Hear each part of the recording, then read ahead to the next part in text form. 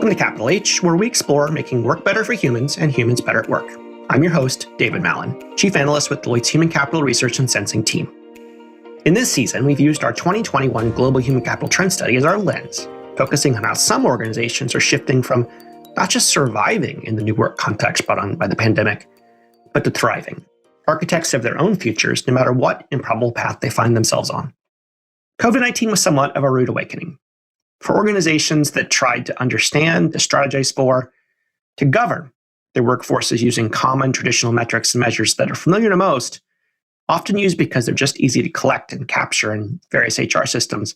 They're transactional, they're backwards looking, they're disconnected from desired outcomes or means of value creation. These organizations found their ability to survive, let alone thrive, made that much more difficult because of the limited questions they ask themselves, the limited perspectives that such metrics can even provide. Our human capital trend study showed that 47% of executives plan to change how they prepare for disruption, expanding to prepare for multiple improbable futures in 2021 and beyond. And that's double the pre-pandemic number, but it's easier said than done. What new questions should they be asking? What new data gathered? What new measures taken? All in service of workforce strategies that are resilient and future ready.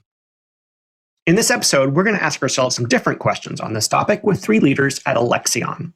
Beck Lilly, Alexion's Chief Human Experience Officer, Raina Strelis, Senior Vice President of Global Culture and Corporate Social Responsibility, and Uzair Kadir, Chief Diversity Officer. My colleague Jenny Ahn, a Managing Director here at Deloitte Consulting, will discuss with Beck, Rana, and Uzair how they're developing a successful workforce strategy anchored to culture and diversity initiatives, some new listening channels, and more, all in service of enabling a workforce to thrive, even in times of uncertainty. Here's Jenny. Hello, everyone. Thank you for joining us today. This is Jenny Ahn, joining from Deloitte Human Capital. I'm so honored to have this wonderful panel from Alexion joining me today. As a human capital leader, I have had the joy and the privilege of serving Alexion for many years, and particularly Beck Lilly, Rana Strelis, and Uzair Kadir. But honestly, they want to hear from you, not from me. So Beck, Rana, and Uzair, welcome. Thank you so much for joining. If you can actually tell our listeners a little bit about yourself, that would be great. And a little bit about the work that you do at Alexion. So sure, I'm happy to go first. So as Jenny mentioned, I'm Beck Lilly. I'm the Chief Human Experience Officer here at Alexion. In this role, I oversee information technology, human resources, and the patient experience. I've been with Alexion for almost 8 years now, so quite a while, and I've had several roles during this time, including the head of R&D operations, chief of staff to CEO, and then several HR roles of increasing responsibility. Prior to coming to Alexion, I worked in big pharma at AstraZeneca and Pfizer, but really excited to be here today and to be in such terrific company with you, Jenny, Rana, and Uzair. And Rana, if you would introduce yourself and then Uzair, that'd be great. Absolutely. Thanks so much, Jenny, and thanks for having us. So I'm Rana Strelis. I oversee both culture and corporate social responsibility for Alexion. I report to the CEO and part of the executive committee, as are Beck and Uzair, given the criticality of our role to driving business performance. And I've been with Alexion now 4 years, literally just 4 years as of end of April. I joined when Ludwig Hansen joined the organization as CEO. And prior to Alexion, I was with Baxalta, which was a spinoff of Baxter, and with Baxter a number of years. And Uzair. Thanks, Jenny. Really excited to be here as well. Uzair Kadir served today as Alexion's first Chief Diversity Officer. Have been at Alexion for about 2.5 years and have had multiple roles here in the organization. I started at Alexion as our HR enterprise partner for all of our corporate functions as well as operations, and then quickly took on expanded responsibilities to really drive a lot of our HR business partnership globally across all our functions, commercial, R&D, corporate functions and operations, as well as our org strategies and capabilities work as well. Prior to Alexion, I spent many years working at Deloitte Consulting with many of you. And before that, at Bristol Myers Squibb Company, working in both United States as well as in Italy. Thank you. Thank you back, Rana and Uzair, so much for joining us. I want to underline the point that Rana made. This group is so humble, but I do want to underline this point that the roles that they have and the value they bring to Alexion, it's important that I think our listeners really understand that, Beck, Rana, Uzair are all members of the executive committee, that they're bringing their insights to the most senior leaders at Alexion. So I'm so pleased that they could join us here today. And maybe, Beck, I'll ask you maybe the first question here. When our listeners are thinking about workforce strategy and you think about what Alexion has done in that space and how that has evolved over time, could you give our listeners a bit of an overview of what Alexion's journey has been around your workforce strategy? Sure, happy to, Jenny. But let me first just give a little bit historical context. So Alexion is a company that's really been around since the early 90s and has done an amazing job in the rare disease space since its inception. You heard Rana mention about joining in 2017. At that time, we brought in a new leadership team. And this team was really charged with turning the company around, addressing cultural issues pertaining to tone at the top, reducing our operating margin, and building a strategy for the company for the future. The team quickly aligned on the need to address culture first and foremost. Given where we were and the external concerns in this space, Ludwig, our CEO, made the decision to have a function that was dedicated 100% to culture, reporting to him to truly demonstrate that commitment to address the issues we were experiencing. Rana joined us, which we were really fortunate at that time as the head of culture, and got busy working on our company values and our core purpose to become that leader in rare diseases. So at this stage, we had our strategic ambition, we had our cultural values and our purpose. The only thing that was missing was what is our growth strategy to really achieve that strategic ambition. As an organization, we really aligned on growing through our customers.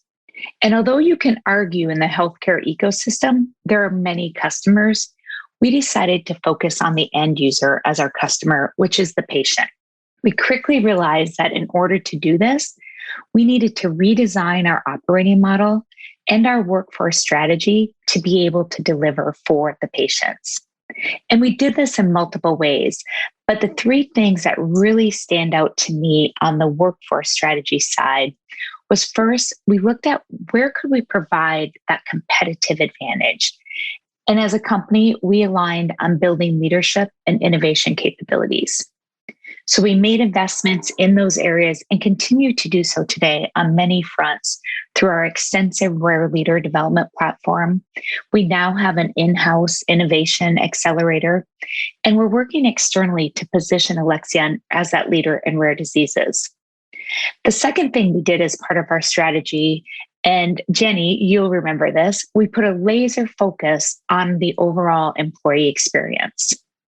We worked hand in hand with Rana's culture team and Uzair's diversity, inclusion, and belonging group to really ensure that our employees' experience promoted a culture of empowerment, inclusion, experiences to grow and develop, and to innovate for the patient.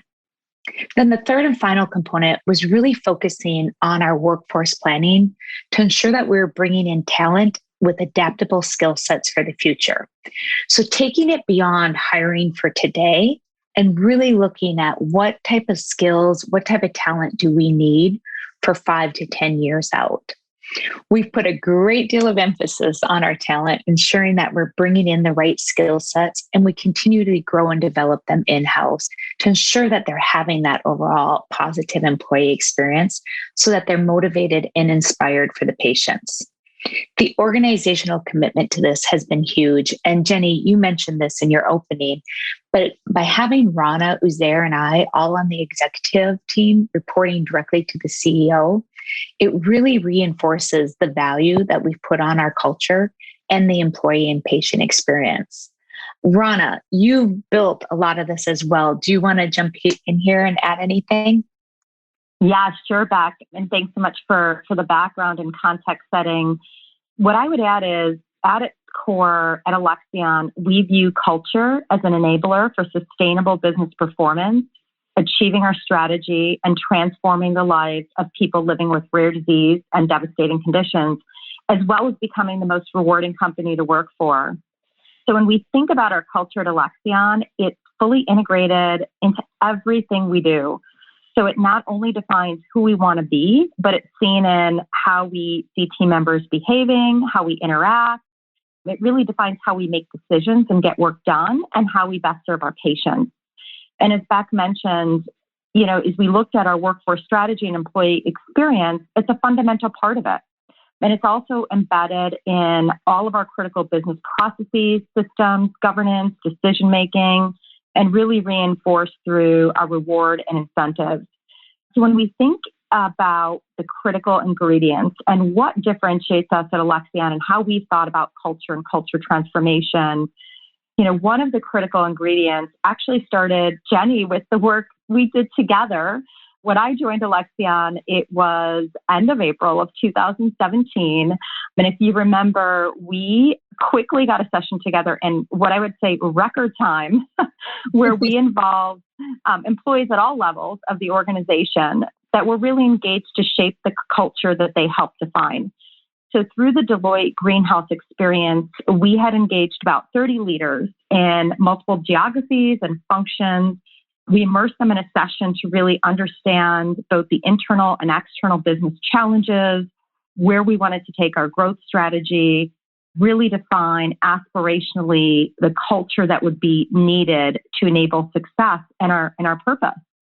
And then we engaged roughly 300 to 400 team members through focus groups to really enroll them and engage them in defining our aspirational culture and put their fingerprints. And now we have about 300 culture champions across the organization that really play a key role and are equipped and empowered to transform our culture. So they are actively involved in shaping our culture. And then in addition, Beck had mentioned, leadership capabilities and how that is so critical to our success. And for us, we have leaders that are committed, equipped, and accountable to create the environment for team members to live our values. In addition, some of the other critical ingredients, and I mentioned this earlier, that we really did embed our values into our DNA, into everything we do, our symbols, behaviors, business processes, systems, policies, ways of working. But I think what's important to note here is we had a very conscious and deliberate multi-year plan to get us to our aspirational culture. We also, as other critical ingredients, we have reward and recognition that really aligns to our values. So it really not only reinforces the behaviors, but it showcases what does good look like? What do we really mean by living our values? And I think importantly, we also have in place communication and storytelling, bringing to life for team members how to live our values each and every day and how team members are driving that through the work they do, impacting our business results and making a difference for the patients that are our purpose. And lastly, and very importantly, we do monitor progress and we make adjustments based on both culture survey results and the listening systems we've put in place so that we're truly listening to the voice of team members and what needs to change. And we're also transparently sharing back the actions we're taking as a result of the feedback that team members are providing. I mean, Beck and Rana, there's so much to say about the journey y'all have been on because just like you said, Rana, it's been a multi-year journey and there's so many pieces that Becky walked the listeners through around the layering that Alexion did, right? It wasn't that it was one point strategy. It wasn't like it had to get done in a week. There was certainly a lot of appreciation for the layering of the strategy, the time it would take, the evolution that you both described certainly wasn't something that was done overnight. And, when you talk about years of a story, it makes sense here because it is a journey and you have to have a leadership team that supports that. Sustainable change does take time. And I love what you both just described. And I also am hearing a lot of the cross-functional effort, right? So like, Uzair, when I think about the work that you're doing around, diversity, inclusion, and belonging, I could imagine that you're layering in a lot of those perspectives, continuing to bring in that cross-functional effort. Can you share a little bit more about your lens of this work? Sure, Jenny. And when I hear Beck and Rana talk about a journey, my eyes light up. I have to tell you that, from an outsider's perspective, it feels like a journey that was curated very thoughtfully, of course, over a long period of time. But I have to tell you that from the insider's perspective, this journey took place at an astounding pace. Because when you step back and think about what has transpired at Alexion in the last 2 to 3 years, it is just fascinating. We've had a company that has turbocharged its journey to use the collective power of its culture to really, really double in size, double in revenue over a very short period of time. Now, that didn't happen by accident. It happened by design. And the design was that cross-functional piece. We realized that if we wanted to turbocharge this journey in service of our patients and to really create this sensational culture of collaboration, innovation, and patient centricity for our employees, then we needed to position human experience, culture, and diversity at the C-suite level. And we had to do that by design to make sure that those functions are independent, they're across enterprise, yet they're so closely connected to actually realize those outcomes that we wanted at a rapid pace. And by putting those three functions there, we really were able to create a culture in which our employees feel autonomous and empowered and liberated. Now, HEX and culture team, under leadership of both Beck and Rana, had planted the seeds for this environment to exist. So last year, in the summer of 2020, we took our third and final step on that journey to really put diversity on the C-suite and make it an enterprise function for our organization, because we knew that if we truly wanted to serve our patients worldwide, then we need to harness diverse insights of our employees to create the most remarkable solutions for our patients. That we cannot get there without really weaponizing inclusion as a unique competitive advantage for our business. And that's exactly what we have done. We understand at Alexion that diversity and inclusion and belonging are moral imperatives that we need to create and continue to work for establishing an organization where all people can feel included because of their uniqueness, not despite of it. But then we have to carry the red thread through. We also have to leverage insights of our colleagues and democratize their innovative voices to spur innovation for our patients. Our diversity journey has been all about that. So our diversity program has been very uniquely set up. For example, 10% of our global workforce is directly involved in our diversity efforts to rapidly poll and pulse and test and pilot ideas to rapidly bring them to life for our colleagues globally on diversity front. We have 6 different diversity innovation pods, constantly democratizing employee voices and finding innovative solutions for our colleagues. Our employee resource groups, for example, are not set up in a traditional manner. They aren't simply set up around shared identities. They're actually set up to work across with each other around shared challenges so we can tear down empathy silos, expand coalitions of action, and actually make a meaningful dent on behalf of our colleagues to really morph Alexion into an unbelievably inclusive place. We also spend a significant amount of time in our diversity programs fixated on patient diversity and programs related to that. Clinical trial diversity, for example. Those are the things that our diversity efforts drive. Now, none of those things that I've mentioned can happen in a silo. And that's where this cross-functional collaboration comes into play. Beck and Rana and I and our teams globally work hand in hand to make sure that we put our collective powers together to look at the entire employee experience lifecycle and embed diversity programs across all of them. How do we recruit people? How do we onboard them? How do we engage and empower them? How do we even exit them in a thoughtful way?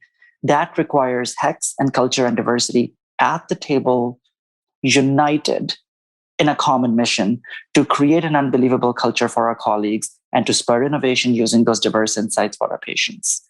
Uzair, thanks so much for sharing that layering around, the diversity work that you're doing at Alexion.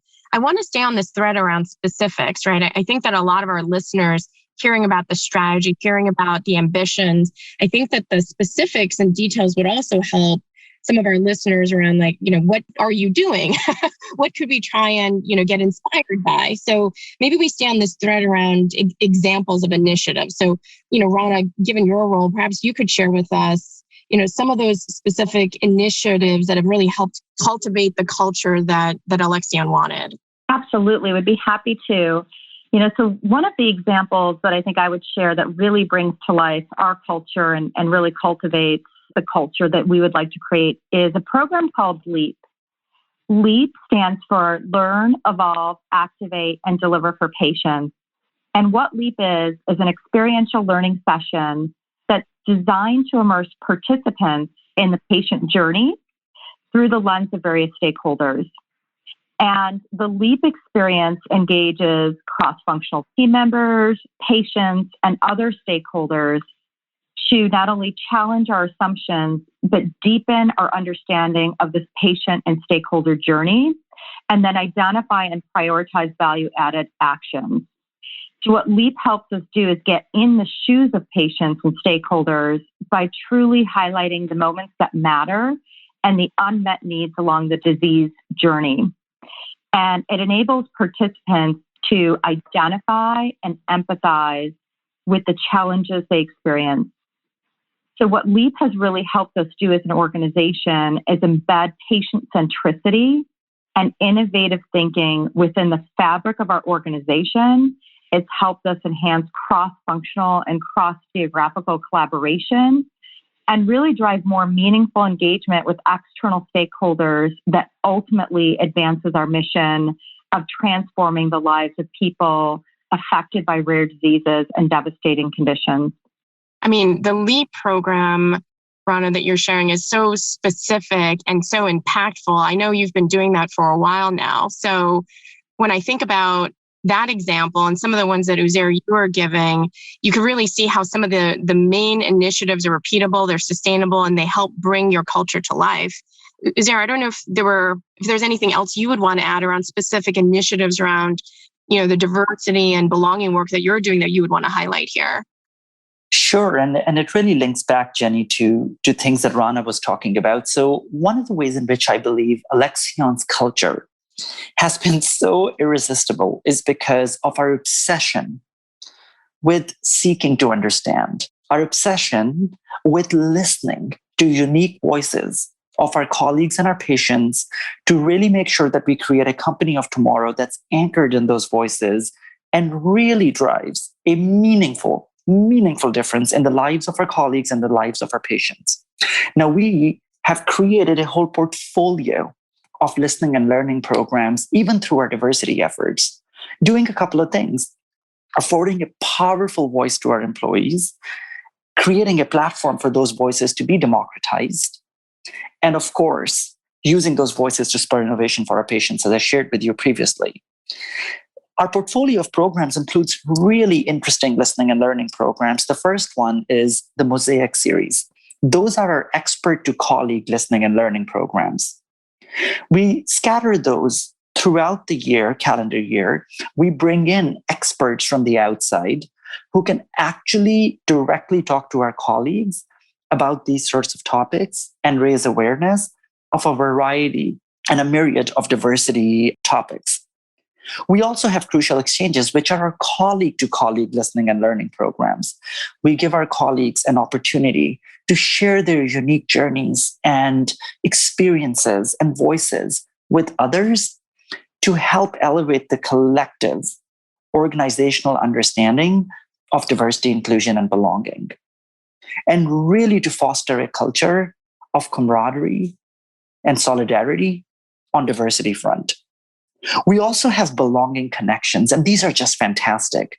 These are smaller, intimate, peer-to-peer conversations where people can really talk about their feelings and really help raise awareness of how certain topics that may be happening outside the four walls of our company are impacting our colleagues, and what kind of actions do we need to take to respond to them at a rapid pace. The fourth one in that row is this program called Inclusion Roundtables. Now, these are my favorite. These are roundtables where trained individuals go into different leadership teams globally, by the way, to further hone in on the construct of inclusion as well as belonging and drive conversations and listening programs within different teams to really create high-performing teams leveraging constructs of inclusion. We offer these in multiple languages. Recently, by the way, we launched our inclusion roundtables in Japan, customized to Japanese culture, delivered in Japanese language, really further, taking our flag of pride on front of diversity into different geographies in a really thoughtful manner. And of course, there's the last piece of it. And Jenny, this one really excites me because think about how our personal lives are built. And I believe so many organizations haven't been able to evolve rapidly to keep up with trends that are happening in our personal lives. So Jenny, you and I can have a brilliant idea in our personal lives. When we have that idea, we can put that idea up on Twitter or LinkedIn or Facebook. If our idea is actually innovative and exciting, it can go viral rapidly by millions of people seeing it, liking it, and as an innovative idea, it can bubble right to the top. Now, companies pay, and larger companies globally pay, thousands of employees to work at those organizations. Yet they haven't created platforms to democratize employee voices, to let innovative ideas bubble to the top. Our Innovation Factory does exactly that. It's a listening tool that allows our colleagues to democratize their voices digitally and rapidly. We use our Innovative Factory that spans or includes 10% of our global workforce. And we constantly give them ideas through innovation challenges by pulsing and polling and piloting new things with them to really give their voice an avenue to immediately bubble innovative ideas to the top. And that part, in addition to all the other components that I defined, not only gives our employees a tool to be heard, but to actually exercise their voice to spur innovation within our company or for our patients. So our listening and learning programs on diversity front are tied nicely with our culture and HEX programs and really serve as a connective tissue of a sort to spur and to use employee voices to spur innovation, but to also drive what's important, an avenue for thoughtful listening and thoughtful learning for everything we build should be anchored in voices of people that we are trying to build it for. And that's exactly what these are defined to do. Yeah. And I could imagine that any one of these ideas, could have been accelerated or disrupted by the year that we just had. I mean, talk about a global pandemic sort of coming out of nowhere and impacting everyone, personal life, work lives, just life in general. I'd be curious, Beck, maybe you can address this. How did the pandemic change or disrupt what you all were doing around this workforce strategy across all these different fronts that we've talked about today? Yeah. So Jenny, I know we've connected on this already, but I really feel that Alexion was ahead of the curve in respect to COVID. I don't feel it's really disrupt any of our strategies. And some of it is just because of the stuff we already had in play, right? So when you think about the concept behind the human experience function, the idea there is to really activate that employee and patient experience through technology. Therefore, when COVID happened and we all went remote, we were already working in some of these ways, right? So if you think about our internal Alexion Engage and Connect platform, this platform really provides our employees with news and ways to collaborate. Zoom, we were religious users of Zoom long before COVID, and then just other technologies that has really enabled us to enhance remote working for our employees, connecting with our patients, and across the healthcare ecosystem in general. We also quickly, I guess this would be one area of disruption, is where we quickly organized a rapid response team that worked closely with our human experience function, the culture group, as well as diversity, inclusion, and belonging to ensure that throughout this time, our employees and patients remained a top priority. Both Rana and Uzair have mentioned the listening capabilities we put in place. And we have several listening channels that we use so that we can hear directly from our employees, as they highlighted. But we really tapped into our culture champions. We launched the Reflectors Group, which reached out to over 3,000 colleagues, asking them for feedback on what is important during these times. And then we also did weekly pulse surveys that were like 60 seconds long, about 3 questions each, to continually keep the pulse on what's important to colleagues. We then took all this data that we were gathering from these listening groups and from our employees and used that to inform our strategy in real time. And I guess for me, the biggest success here is that we actually took action on what we were hearing. So some of the things that resulted in these listening sessions from employees were, enhanced benefits, technology stipends, gift of time days, extra support for our essential workers, a big focus on brain health and well-being, as well as an increase in support and training of our people managers around leading through change and engaging with your teams. Even now, as we move forward, we continue to draw on the experience that we had in the past year to enhance our strategies. I think a good example of this is how we're approaching, workplace of the future. We're tapping into what colleagues' information they gave us through all these different listening channels. Rana and Uzair have been great partners throughout on this. And Uzair, I know you've done a lot in this space too, to ensure that colleagues and patients felt included throughout this COVID era. Is there anything you want to add there?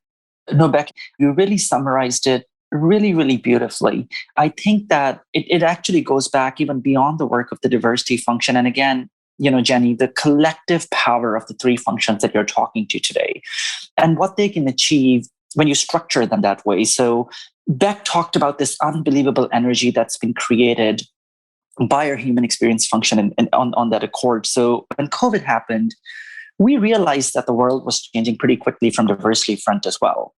We were seeing and understanding the ways in which, directions in which the winds were blowing. So we understood that there will be downstream impacts on certain communities disproportionately from this pandemic. And those things started to come true after a while. For example, women are disproportionately affected by the pandemic. As a matter of fact, some recent studies show that while women form 39% of global workforce, 54% of all jobs lost during this pandemic were those that were held by women.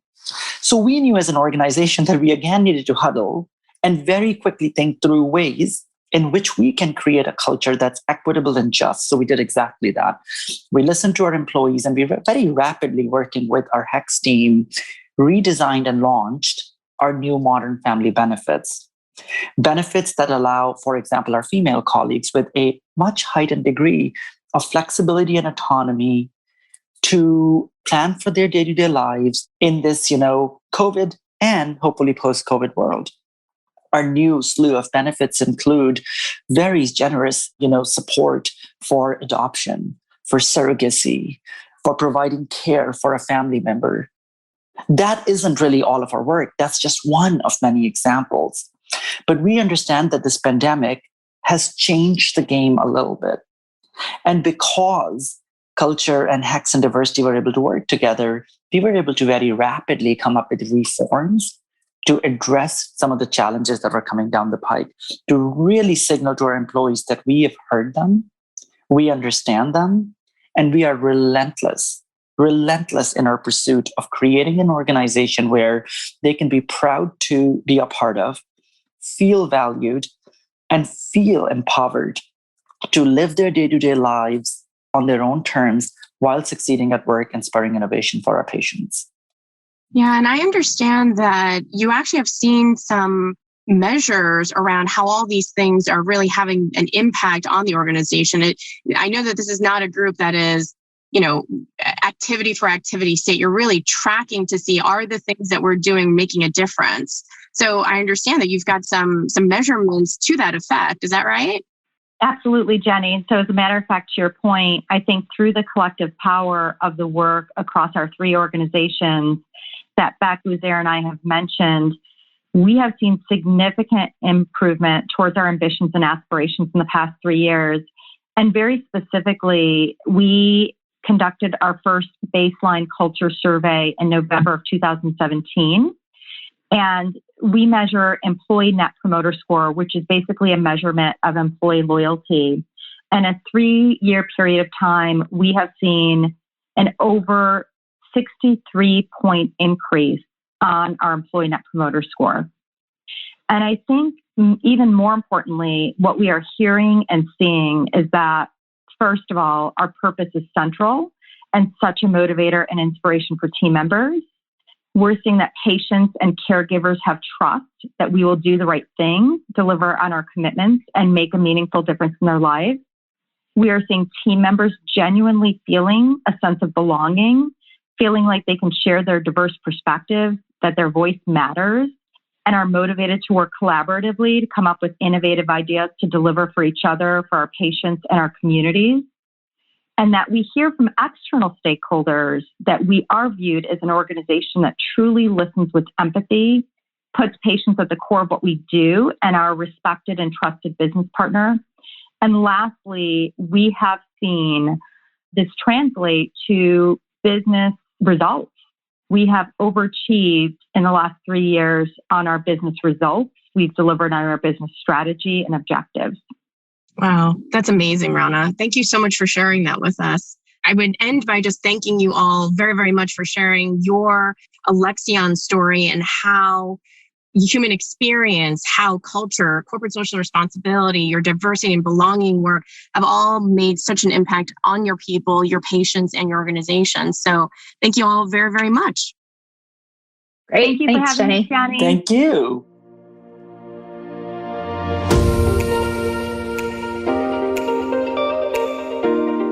It's our view that the shift from survive to thrive depends on an organization becoming and remaining distinctly human at its core.